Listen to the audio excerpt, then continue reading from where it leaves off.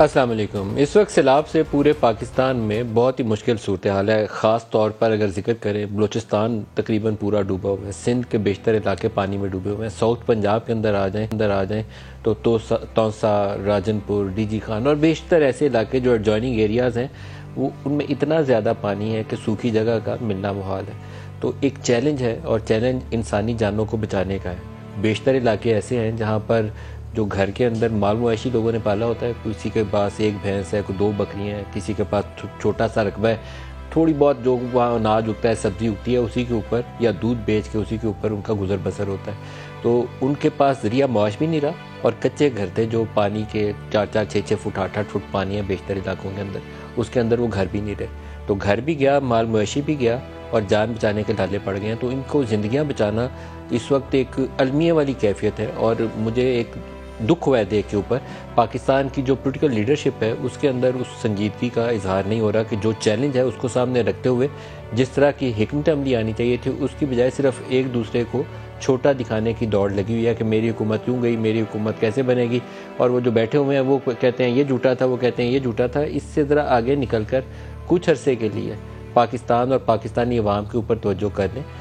ارتھ quick کے زمانے میں پاکستان ڈیولپمنٹ فورم یا مختلف مواقع کے اوپر اس طرح کے ہم نے انٹرنیشنلی فنڈ ریزنگ کرنے کے لیے ایسے ایونٹس ارینج کیے، اور شاید ایک دوبارہ موقع ہے کہ پاکستان کے جتنے ڈیولپمنٹ پارٹنرز ہیں، میجر جو ڈیولپنگ کنٹریز پاکستان کی جو مدد کرتی ہیں، امریکہ سے مدد ملتی ہے یا مڈل ایسٹ سے مدد ملتی ہے یا اور دوست ممالک سے ملتی ہے، اس کے علاوہ world bank, ADB، world bank کی بھی 2 آرمز ہیں، IBRD ہے، اس کے علاوہ آئیڈا ہے، اس سے فنڈنگ مل جاتی ہے آپ کو کلائمیٹ چینج کے چیلنج سے نبٹنے کے لیے۔ پلاننگ کمیشن کو مرکزی حکومت کے اوپر بہت بڑا بوجھ ہے، ذمہ داری ہے اس وقت صوبوں کے تعاون کے ساتھ ایک ایسا ڈیولپمنٹ پلان بنائیں جو اگلے 5-7 سال کے لیے 15-20 ارب ڈالر 25 ارب ڈالر آپ کو لگانا پڑے گا ان چیزوں کے اوپر، تب آپ اس قوم کو بچا پائیں گے۔ اگر ہم اسی لڑائی میں پڑے رہیں گے نا کہ آج ٹینٹ نہیں مل رہا، بیشتر علاقوں میں ایک چیلنج یہ ہے کہ ٹینٹ ہی نہیں دستیاب ہے، کہ اس کے اوپر پلاسٹک کی شیٹ ڈالنے کے لیے پلاسٹک کی شیٹ دستیاب نہیں ہے، راشن دینا ہے تو راشن نہیں ہے۔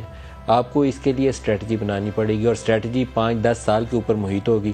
ابھی ان سیلابوں نے تو جو تباہی پھیری ہے، ابھی تو چیلنج یہ ہے کہ ان کو زندہ کیسے رکھنا ہے، لیکن اگلے سال اگر دوبارہ ایسی بارشیں آ گئی تو پھر کیا ہوگا۔ یورپ اس وقت ایک عجیب و غریب فنومینا پوری دنیا میں چل رہا ہے۔ یورپ میں ڈرائی اسپیل ہے، جہاں پر 40-41 ڈگری سیلسیس ٹیمپریچرز نہیں جاتے تھے، وہاں گئے ہیں، برطانیہ میں گئے ہیں، اٹلی کے اندر گئے ہیں، جرمنی کے اندر گئے ہیں، ان کے بیشتر دریا سوکھ گئے ہیں، پانی نہیں ہے۔ وہاں شپنگ لائن یوز کی جاتی ہیں، جو ان کے پاور پروجیکٹس ہیں اس کو کول سپلائی کے لیے اور مختلف جگہوں پہ، وہ ان کے چلنے بند ہو گئے ہیں۔ جرمنی کے بعض علاقے ایسے ہیں جہاں لوڈ شیڈنگ ہو رہی ہے اس لیے کہ وہ کول سپلائی نہیں کر پا رہے۔ تو یہ صورتحال جب ہمیں دنیا میں نظر آ رہی ہے تو ہماری آنکھوں پہ کیا پٹی بندھی ہوئی ہے، ہم جاگ نہیں رہے ہیں، ہمیں کچھ کرنے کی ضرورت نہیں ہے۔ اور میرے تو خیال میں یہ پرفیکٹ ٹائم ہے کہ ہماری لیڈرشپ اس ایک نقطے کے اوپر صرف پاکستانی لوگوں کی جان بچانے کے لیے اوپر اکٹھی ہو، اور مرکزی حکومت ایک پلان بنائے، اور ایک انٹرنیشنل کانفرنس کا جس طریقے سے ہم نے ارتھ کوئک کے زمانے میں پہلے بہت بڑا چیلنج تھا اس سے نبٹنے کے لیے کی تھی، ویسے ہی پاکستان ڈیولپمنٹ فورم کا انعقاد کریں، اور پوری دنیا سے جو ڈیولپمنٹ پارٹنرز ہیں ان کو بلائیں، صورتحال سے آگاہ کریں، اپنے پلانز تیار کر کے آگے رکھیں، صرف سوٹ پہن کے دنیا کی سیر پہ مت جائیں، عملی طور پر منصوبے بنائیں کہ یہ بلوچستان کی صورتحال ہے، اس کو اگلے 5 سے 10 سال ہم ایسے دیکھ رہے ہیں، یہ فورکاسٹ ہے ویدر کی، تو اس کے ہمیں ایسے نبٹنا ہے۔ سندھ میں یہ صورتحال ہے، ساؤتھ پنجاب میں ایسے ہے۔ اس کے علاوہ مجھے اس کا کوئی حل سمجھ نہیں آتا۔ ایک سال آیا ہے، اگلے سال دوبارہ آیا تو ہم پھر مشکل میں پھنس جائیں گے۔ اربن فلڈنگ بہت بڑا ایک بحرانی کیفیت ہے، کراچی میں بارش ہو جاتی ہے تو ہم فوج لگاتے ہیں کہ پانی کیسے نکلے گا۔ یہ ہم ساری چیزوں کے لیے آج سے تیاری شروع کریں گے تو 10 سال بعد شاید ہم اس پوزیشن میں ہوں کہ کسی صورتحال کو سنبھالنے کی پوزیشن میں ہوں گے۔ اس کے علاوہ کوئی حل نہیں ہے، لیڈرشپ کا امتحان ہے۔ اگر لیڈرز ہیں تو یہی موقع ہے کہ لوگوں کو بچانے کے لیے آگے آئیں، اور اپنی ذاتی لڑائیاں اور اپنے پولیٹیکل ایجنڈاز کو سائڈ پہ رکھ کے فی الحال صرف پاکستان کی خاطر، ایک نقطے کی خاطر کہ پاکستان کو بچانا ہے، پاکستان کے لوگوں کو بچانا ہے، اس کی خاطر ایک نقطے پہ اکٹھے ہو جائیں، اور مرکزی حکومت جو ہے وہ لیڈ رول رہے۔ سب سے بڑی ذمہ داری حکومت وقت کی ہوتی ہے، باقیوں کی ذمہ داری بعد میں آتی ہے۔ تو آج کے پروگرام کی طرف آتے ہیں جہاں بہت سارے پولیٹیکل ایشوز ہیں۔ ہمارا ٹی وی چینلز کا بھی ایک قصور ہے، ہم ان پولیٹیکل ایشوز میں پھنس جاتے ہیں۔ عمران خان پکڑا گیا یا نہیں پکڑا گیا، شہباز شریف سے حکومت چلی ہے کہ نہیں چلی، اس کی وجہ سے یہ والے ایشوز نظر انداز ہو جاتے ہیں۔ یہ سب سے بڑا ایشو ہے جس کے اوپر توجہ رہنی چاہیے اور توجہ ہٹنی بھی نہیں چاہیے۔ عمران خان کی آج پیشی تھی، اور دوبارہ ہمیں پولیٹیکل ایشو کی طرف واپس آنا پڑے گا، اور اس پیشی کے موقع کے اوپر جو انہوں نے بیان دیا سب سے پہلے وہ آپ کو دکھاتے ہیں، دکھائیے گا۔ جو بھی یہ فیصلے کر رہے ہیں اور کروا رہے ہیں ان کو اپنے ملک کا سوچنا چاہیے. خوف زدہ ہوئے تحریک انصاف کی طاقت سے، اس خوف سے یہ ٹیکنیکل ناک آؤٹ کرنے کے لیے، اپنی ذات کو بچانے کے لیے یہ ملک کا مذاق اڑ رہا ہے.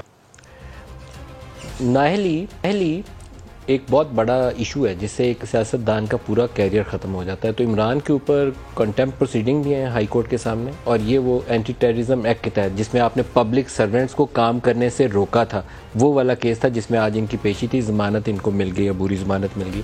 ماضی کے اندر بہت سارے نااہلی کے جو کیس سپریم کورٹ نے کیے، جس میں دانیال عزیز کا کیس ہے، طلال چودھری کا کیس ہے، اور اب یہ عمران خان کا اسٹیٹمنٹ ہے جہاں وہ مجسٹریٹ صاحبہ کا نام لے کر ان کو چیلنج کر رہے ہیں کہ ہم آپ کے اوپر ایکشن لیں گے. ہم نے تینوں اسٹیٹمنٹ اکٹھے کیے ہیں جس میں دو پہلے لوگ نااہل ہو چکے ہیں. یوسف رضا گیلانی کا ایک پرفیکٹ ایگزامپل ہے، فارمر پرائم منسٹر. انہوں نے خط نہیں تھا لکھا تو ٹل دی رائزنگ آف دی کورٹ آدھے منٹ میں 5 سال کے لیے نااہل ہو گئے یوسف رضا گیلانی. ان دونوں کے اسٹیٹمنٹ، وہ تینوں کے بلکہ اسٹیٹمنٹ دکھاتے ہیں دانیال، طلال اور عمران. دکھائیے گا جی.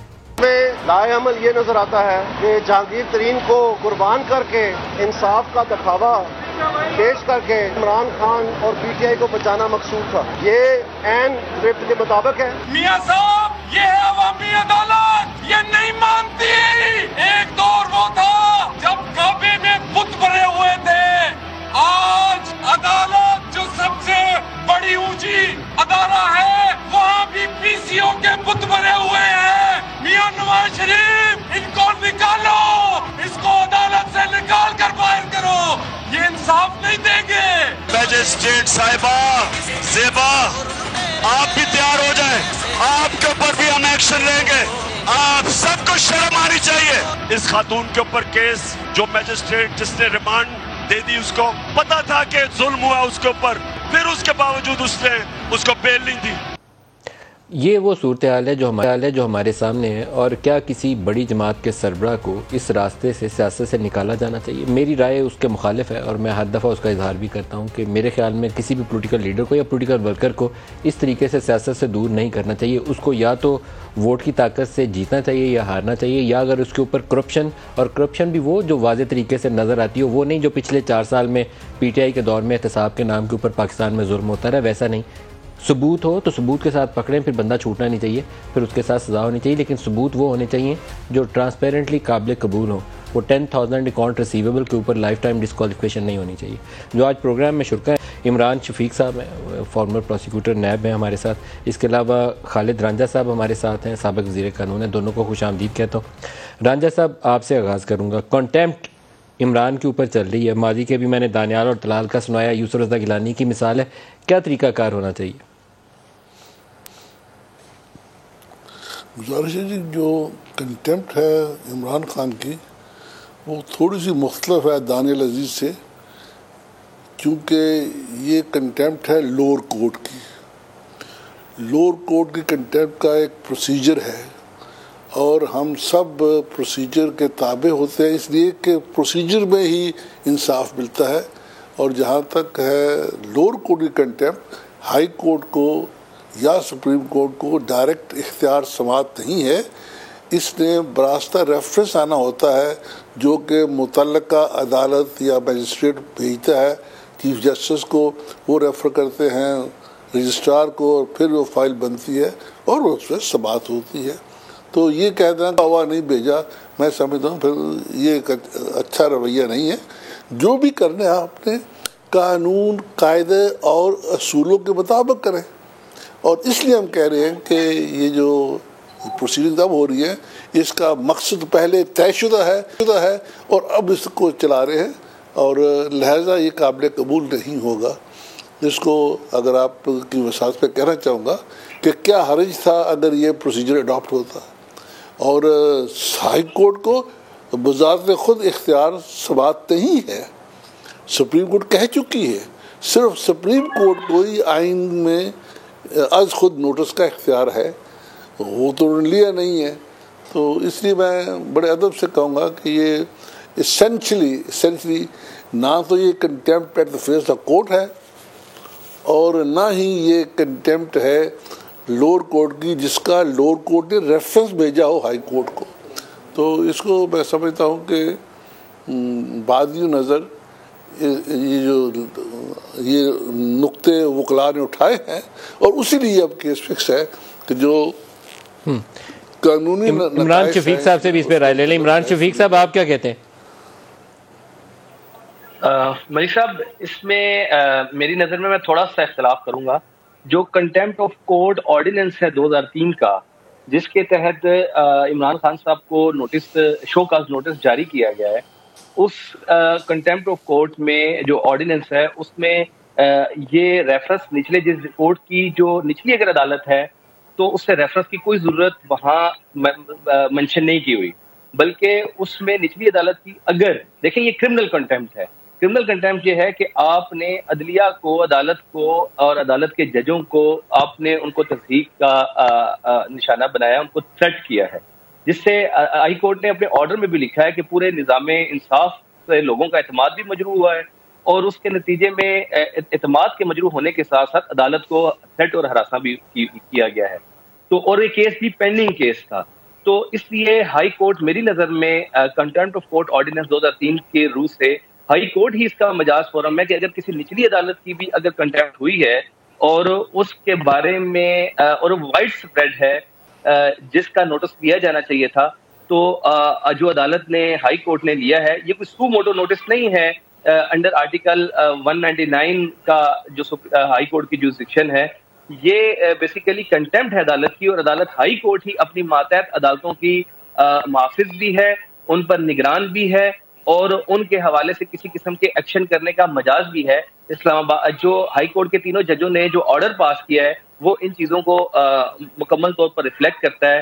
تو میری نظر میں جو طریقہ کار کی ہے، ابھی تک طریقہ کار کے حوالے سے مجھے نہیں لگتا کہ نوٹس لینے میں طریقہ کار کی کوئی غلطی کی گئی ہو، اور اسی طرح جو ایک تو طریقہ کار کے اوپر آپ کا نقطہ نظر ہو گیا نا، لیکن کیا کسی بڑے سیاسی جماعت کے سربراہ کے اوپر، یوسف رضا گیلانی پرائم منسٹر تھے ٹل دی رائزنگ آف دی کورٹ، فارغ ہو گئے، خط نہیں تھا لکھا انہوں نے، پھر 2 MNAs گئے، طلال چودھری گئے، دانیال گئے، کیا عمران خان کو اس راستے سے نکالا جانا چاہیے؟ کیونکہ 5 سال کی ڈسکوالیفیکیشن ہے، چاہے ٹل دی رائزنگ آف دی کورٹ ہی ہو۔ میرے خیال میں یہ بڑا ظالمانہ سا فیل لگتا ہے مجھے، معذرت کے ساتھ، میں عدلیہ کو تو یہ نہیں کرنا چاہتا، لیکن کوئی راستہ اس کا کوئی مناسب، کوئی مڈل گراؤنڈ بھی ہو سکتی ہے اس کی۔ جی ملک صاحب، قانون نے طلال صاحب کا کیس ہے، اس میں سپریم کورٹ نے اس کا راستہ دیا ہے، اور اب یہ راستہ عمران خان صاحب کو اختیار کرنا ہے۔ وہ راستہ یہ ہے کہ آپ پر اگر توہین عدالت کا آپ کو شوکاز نوٹس آئے تو آپ فرسٹ اپرچونٹی پہ جب آپ عدالت میں حاضر ہوتے ہیں تو آپ فوری طور پر اپنے رویے پر شرمندگی کا اظہار کریں، یعنی فرسٹ جو اس کا سٹیپ ہے، جس میں لیتو لال نہیں ہونا چاہیے۔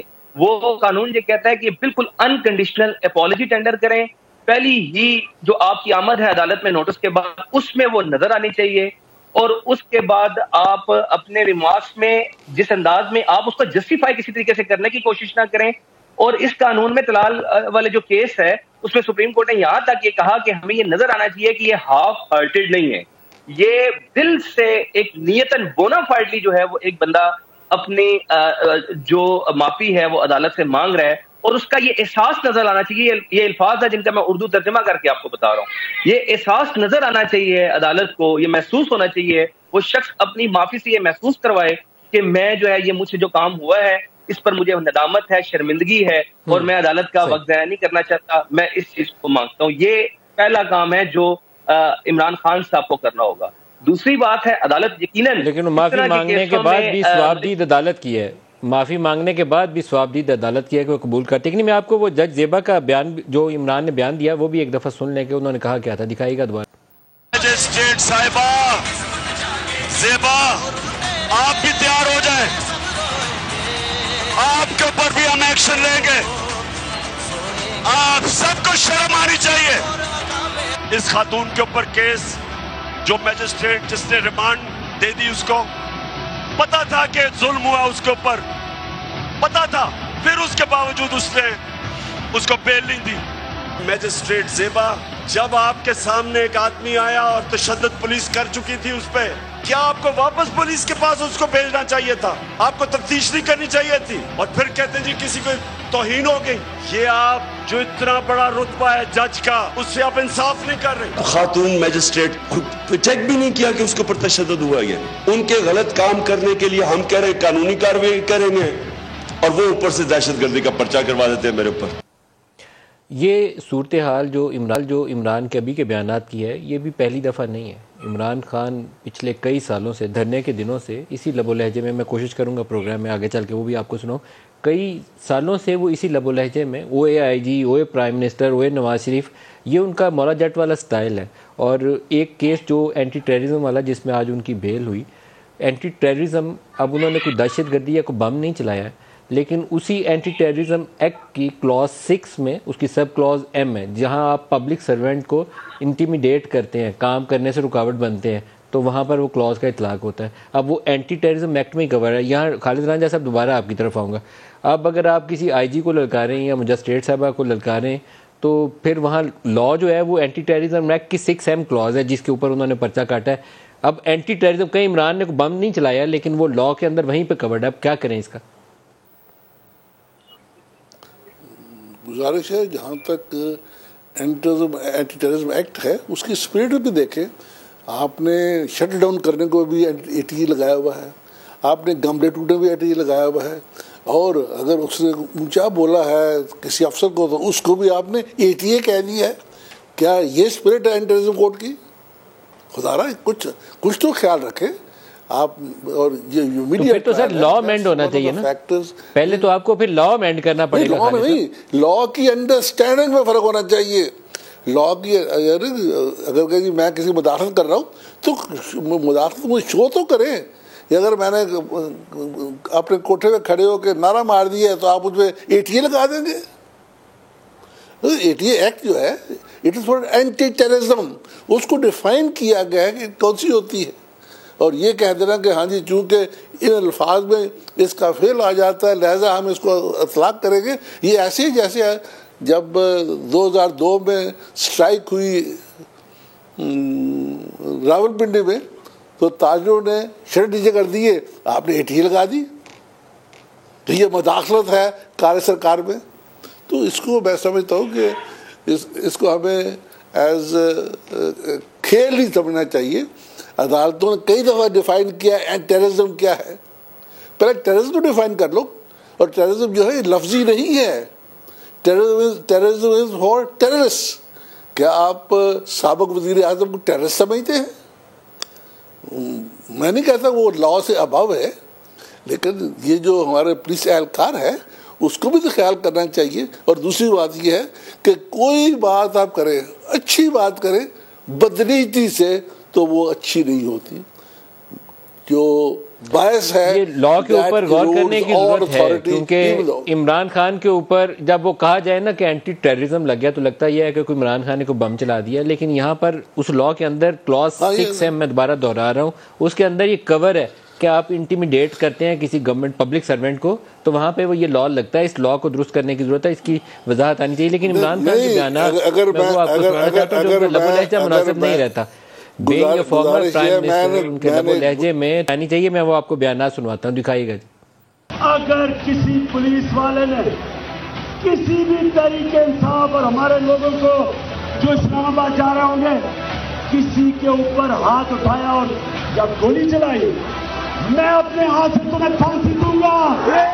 میں پنجاب پولیس اور پنجاب کی انتظامیہ کو پیغام دینا چاہتا ہوں, اگر کسی قسم کا تشدد کیا گیا میرے کارکنوں پہ, میں آپ سے وعدہ کرتا ہوں کہ آپ کو پنجاب میں چھپنے کی جگہ نہیں ملے گی.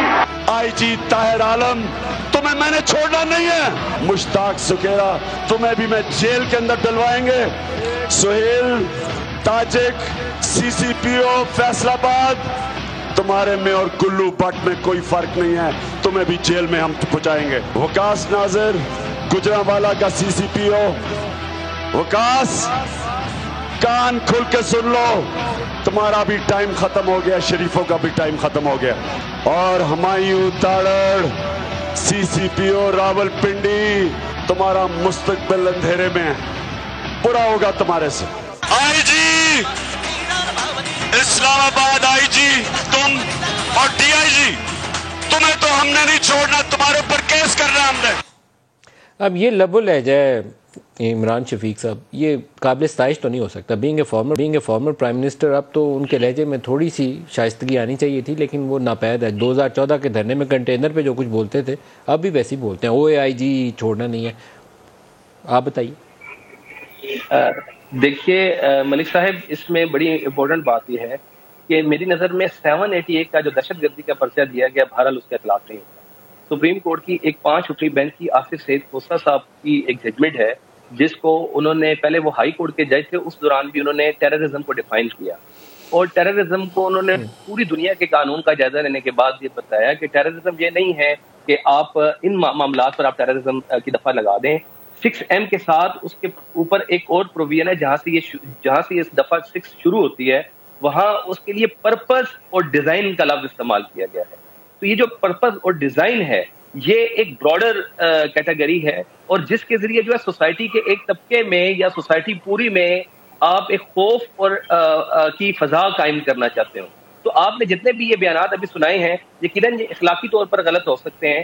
عام دفعات جو پاکستان پینل کوڈ کی ہیں جس میں آپ کار سرکار میں مداخلت کرتے ہیں یا آپ کرمنل انٹیمیڈیٹ کرتے ہیں, 186, 188 اور اس طرح کی 506 وغیرہ پروویژن, ان کا اطلاق یقیناً ہو سکتا ہے ان کیسز پہ, لیکن ان کیسز پہ دفعہ 788 کا اطلاق نہیں بنتا. ہاں یہ ٹون اور ٹینر اگر آپ کا ہوگا عدلیہ کے بارے میں تو پھر تو یہ عدلیہ, کیونکہ آبسٹرکشن آف جسٹس اور جسٹس کے نظام ایک انٹائرلی ڈفرنٹ چیز ہے, اور ایک ایڈمنسٹریشن کو جو بیوروکریسی ہے اس کے ساتھ بات کرنے میں لب و لہجے میں آپ یقیناً شائستگی ہونی چاہیے, لیڈرشپ کو یہی کرنا چاہیے. لیکن ہر لیڈر کی اپنی ایک پالیسی ہو سکتی ہے, اس پالیسی کے تحت وہ خلاف قانون پالیسی بھی ہو سکتی ہے, لیکن اس کو آپ یہ قرار دیں کہ یہ دہشت گردی ہے. میں یہ سمجھتا ہوں کہ بہرحال یہ دہشت گردی کے تحت پرچے کا بنتا نہیں ہے, یہ غیر ضروری ہے. آلریڈی دہشت گردی کی کلوزز لگا کے معاملات کو میرے خیال میں سیاسی طور پر ایک ایسی طرف لے گئے ہیں جو مذاکرہ خیز صورتحال ہے, کیونکہ اس بیان کو یہ نہیں ہم کہہ سکتے کہ کوئی ٹیررسٹ آ گیا تھا اس نے کوئی دھماکہ کر دیا, تو اس لیے اس کو کوئی بہتر طریقے سے کیس کو ہینڈل کرنے کی ضرورت ہے. جیسے شہباز گل کے معاملے میں اس کو مارنا یا اس پہ تشدد کرنا ایک انتہائی نامناسب فعل ہے, اس کو گریز کرنے کی ضرورت تھی. لیکن عمران خان کے بیانات کا تسلسل وہ ان کو اپنی اصلاح کرنی چاہیے, کیونکہ اب وہ اس ملک کے 4 سال وزیر اعظم رہ چکے ہیں. جب چیز پسند آ جائے تو واہ واہ, جب پسند نہیں آئے تو پھر وہ کہتے ہیں یہ عدالت نے کام کیوں کیا. اور اس کی مثال بھی ابھی ریسنٹ پاس میں اپریل کے مہینے میں آ گئی تھی جب رات کو عدالت کھلی. اس کے بعد 25 دفعہ PTI کے لیے بھی رات کو عدالت کھلی ہے. اس وقت OA عدالت نہیں کہا, لیکن جب پہلی دفعہ کھلی تو کیا سنیے گا. میں آپ سے پوچھتا ہوں کہ میں نے کیا جرم کیا تھا کہ رات کے 12 بجے آپ نے عدالتیں لگائی, کہ اتوار کو تو آپ نے سو موٹر ایکسیڈنٹ لے لیا, آپ نے رات کے 12 بجے عدالتیں کھول لی, ملک کا 1600 کروڑ روپیہ چوری ہو اور اوپر وہ بٹھا دیں, بلے کو بٹھا دیں دودھ کی حفاظت کرنے کے لیے. کون سی جمہوریت میں یہ ہوتا ہے؟ رات کے 12 بجے عدالتیں کھل گئی. مجھے تکلیف ہوئی کہ میرے خوف میں کہ میں کوئی جرم کر دوں گا, کوئی آئین توڑ دوں گا, رات کے 12 بجے جو عدالتیں کھولی وہ ساری زندگی میرے دل میں بات رہ جائے گی. آپ نے 12 بجے رات کو عدالتیں کھول لی, لیکن اتنا بڑا کام کہ ایک ملک کے وزیر اعظم کو دھمکی دے کے ہٹا دیا جاتا ہے اور کچھ نہیں ہوتا. میں شکریہ ادا کروں گا خالد رانجھا صاحب آپ کا بھی اور عمران شفیق صاحب آپ کا بھی. ایک بریک قریب آ گئی ہے, بریک سے واپس آئیں گے تو ہم نے فلڈز کے اوپر بھی کچھ فوکس کرنا ہے آج پروگرام میں. ایک بریک لے لیں, ہمارے ساتھ رہیے گا.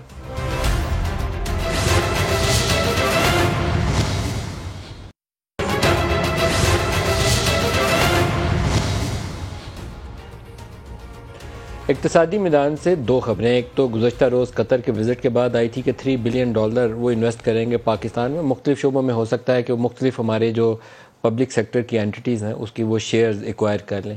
ابھی سعودی عرب سے ایک تازہ ترین اپڈیٹ یہ ہے کہ سعودی عرب نے اعلان کیا ہے کہ $1 بلین کنگ سلمان سے ایٹریبیوٹ کر کے ایک سٹیٹمنٹ جاری کی گئی ہے. $1 ارب وہ پاکستان میں انویسٹ کریں گے. تو یہ $4 ارب کا وہ فنڈنگ گیپ تھا جس کی بنا کے اوپر ہمارا IMF کا پروگرام ڈیلے ہو رہا تھا. ہوپ فلی وہ اب کور ہو جائے گا. دوسری سیلاب کے حوالے سے جس کو میں پروگرام کے حصے میں فوکس کرنا چاہتا ہوں, ایک اپڈیٹ یہ ہے کہ $50 کروڑ جو پاکستان کے مختلف ممالک ڈیولپمنٹ پارٹنر جو پاکستان کے انہوں نے اناؤنس کیا. لیکن یہ ابھی ابتدائی امداد کے لیے ہو سکتا ہے.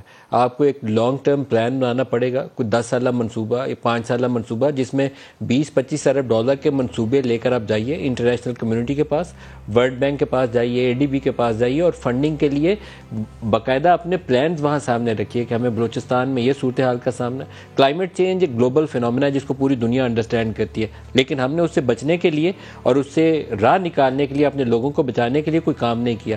تو بلوچستان, سندھ, ساؤتھ پنجاب, یہاں کیا کام کرنے کی ضرورت ہے, اس کے اوپر کنکریٹ پلاننگ ہونی چاہیے, منصوبہ ہونا چاہیے, اور اس منصوبے کو کوئی پاکستان ڈیولپمنٹ فورم کا نام میں دے رہا ہوں, کوئی بھی نام آپ اس کا رکھیے, ان سب کو دعوت دیجیے, اسلام آباد میں, بلوچستان میں, کوئٹہ لے کر جائیے, جھل مکسی دکھائیے, اسے راجن پور دکھائیے, اسے تونسا دکھائیے, اور پھر ساتھ اپنے پلانز رکھیے کہ ان کاموں کے لیے ہمیں انویسٹمنٹ درکار ہے, ہمیں آپ کی مدد درکار ہے. انٹرنیشنل کمیونٹی آگے آئے گی, لیکن اگر آپ کے پاس کنکریٹ منصوبے ہوں گے, ایک باقاعدہ وہ شکل ہوگی جو انٹرنیشنلی آپ پریزنٹ کر سکیں, قابل قبول ہوں, تو پھر تو آپ کو وہ امداد ملے گی. لیکن اگر آپ زبانی کہانی سنائیں گے یا صرف مانگیں گے کہ ہمیں مدد دے دیں, تو وہ یہی سوچیں گے کہ ان کو بیلنس آف پیمنٹ سپورٹ جس طریقے سے ہر 6 مہینے کے بعد IMF میں ہی پھنسے ہوتے ہیں ویسے ہی آگے ہیں. تو اس وقت بہت مشکل ہے لوگوں کے اوپر, ہمیں سنجیدگی سے کام کر کے کچھ ایفرٹ کرنے کی ضرورت ہے.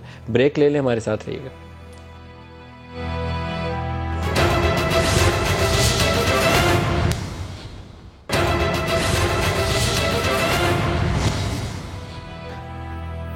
پروگرام میں دوبارہ خوش آمدید کہتے ہیں. بشیر فاروقی صاحب ہمارے ساتھ ہیں. بہت شکریہ آپ کا فاروقی صاحب, آپ ہمارے ساتھ شامل ہو رہے ہیں.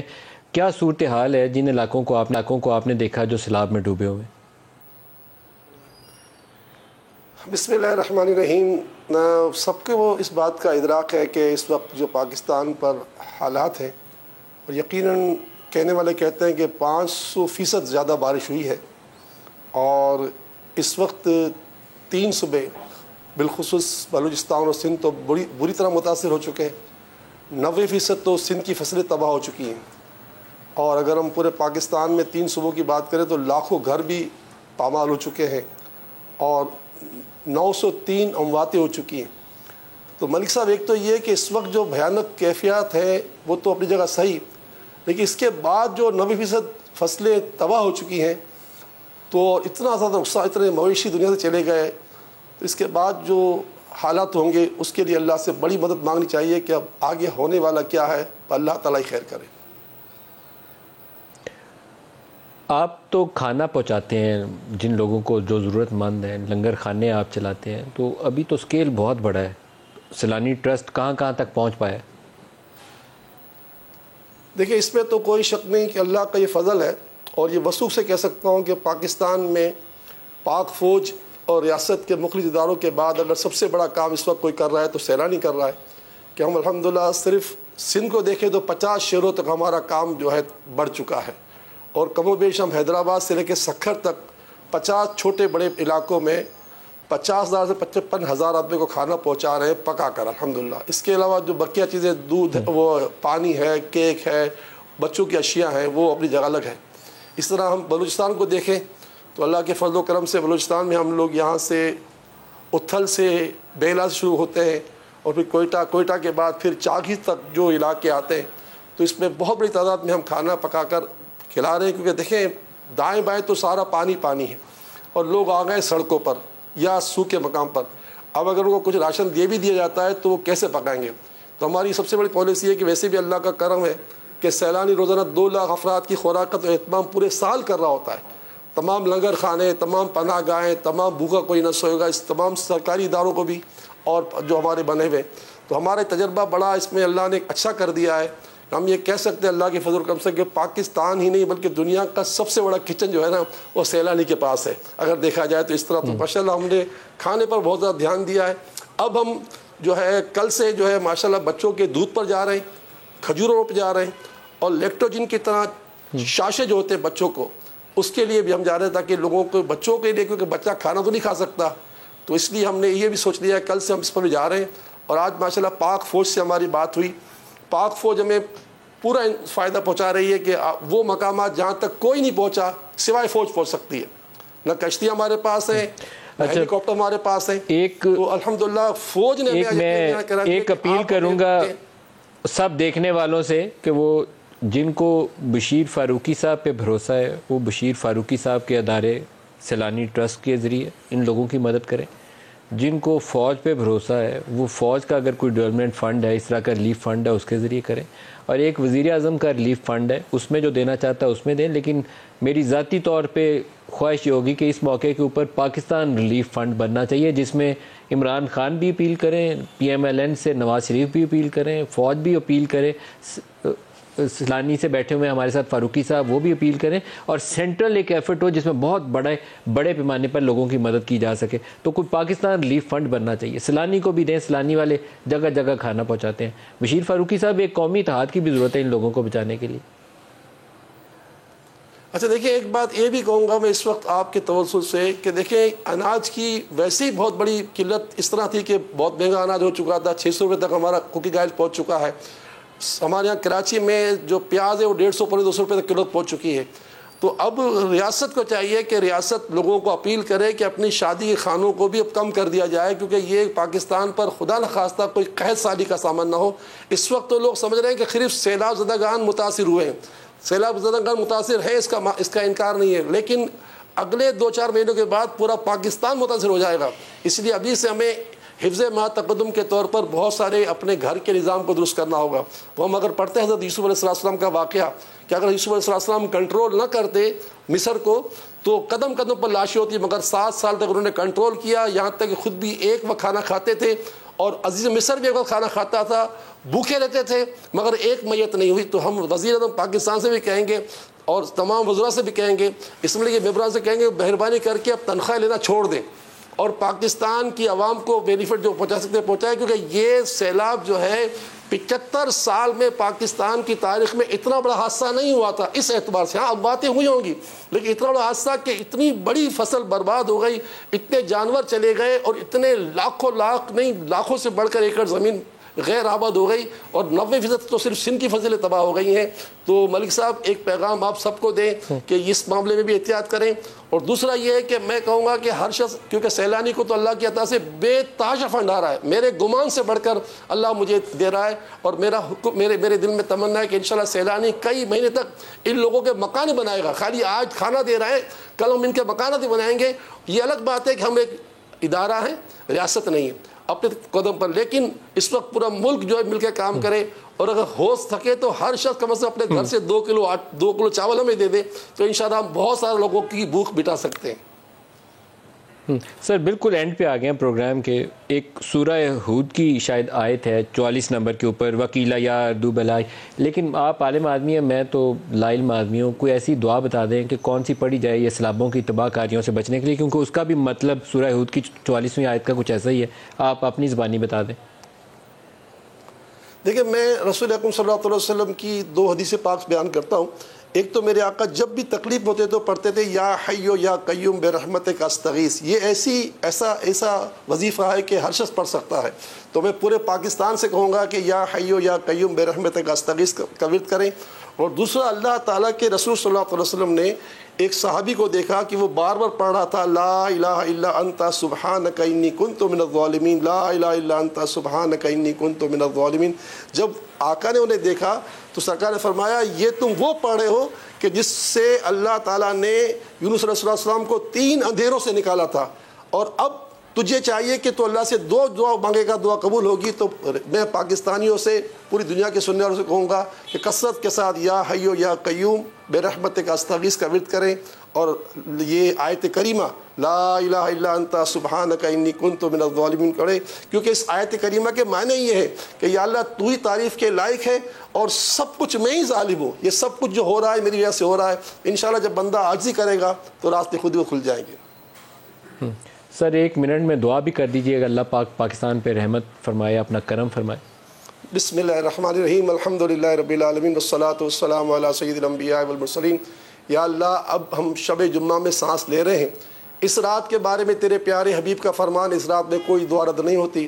تجھ سے دعا ہے کہ یا اللہ ہمارے وطن عزیز پاکستان کے حالات پر اپنی خصوصی رحمت فرما، سیلاب زدگان کی غیب سے مدد فرما، جو نقصان ہو چکا ہے سیلاب کی وجہ سے اس نقصان کو نفع سے بدل دے۔ پاکستان کی کرنسی مکمل تباہ و برباد ہو چکی ہے، پاکستانی کرنسی کو پھر سے عروج عطا فرما۔ ملک و ملت کے اندر غیر استحکام کیفیت ہے، اس کیفیت کو دور فرما۔ سیاستدانوں اور حکمرانوں کے درمیان جو جنگ و جدال چل رہا ہے اس کا خاتمہ فرما۔ پاکستان سے مکمل بے روزگاری خاتمہ فرما، اور پاکستان سے دہشت گردی، تخریب کاری، چور بازاری، رشوت اور تمام برائیوں کا خاتمہ فرما۔ آمین آمین آمین یا رب العالمین۔ لا الہ الا اللہ محمد رسول اللہ صلی اللہ تعالیٰ علیہ وسلم۔ بشیر فاروقی صاحب بہت شکریہ، آپ ہمارے ساتھ رہے۔ سے اتنا ہی اجازت دیجیے، اللہ حافظ۔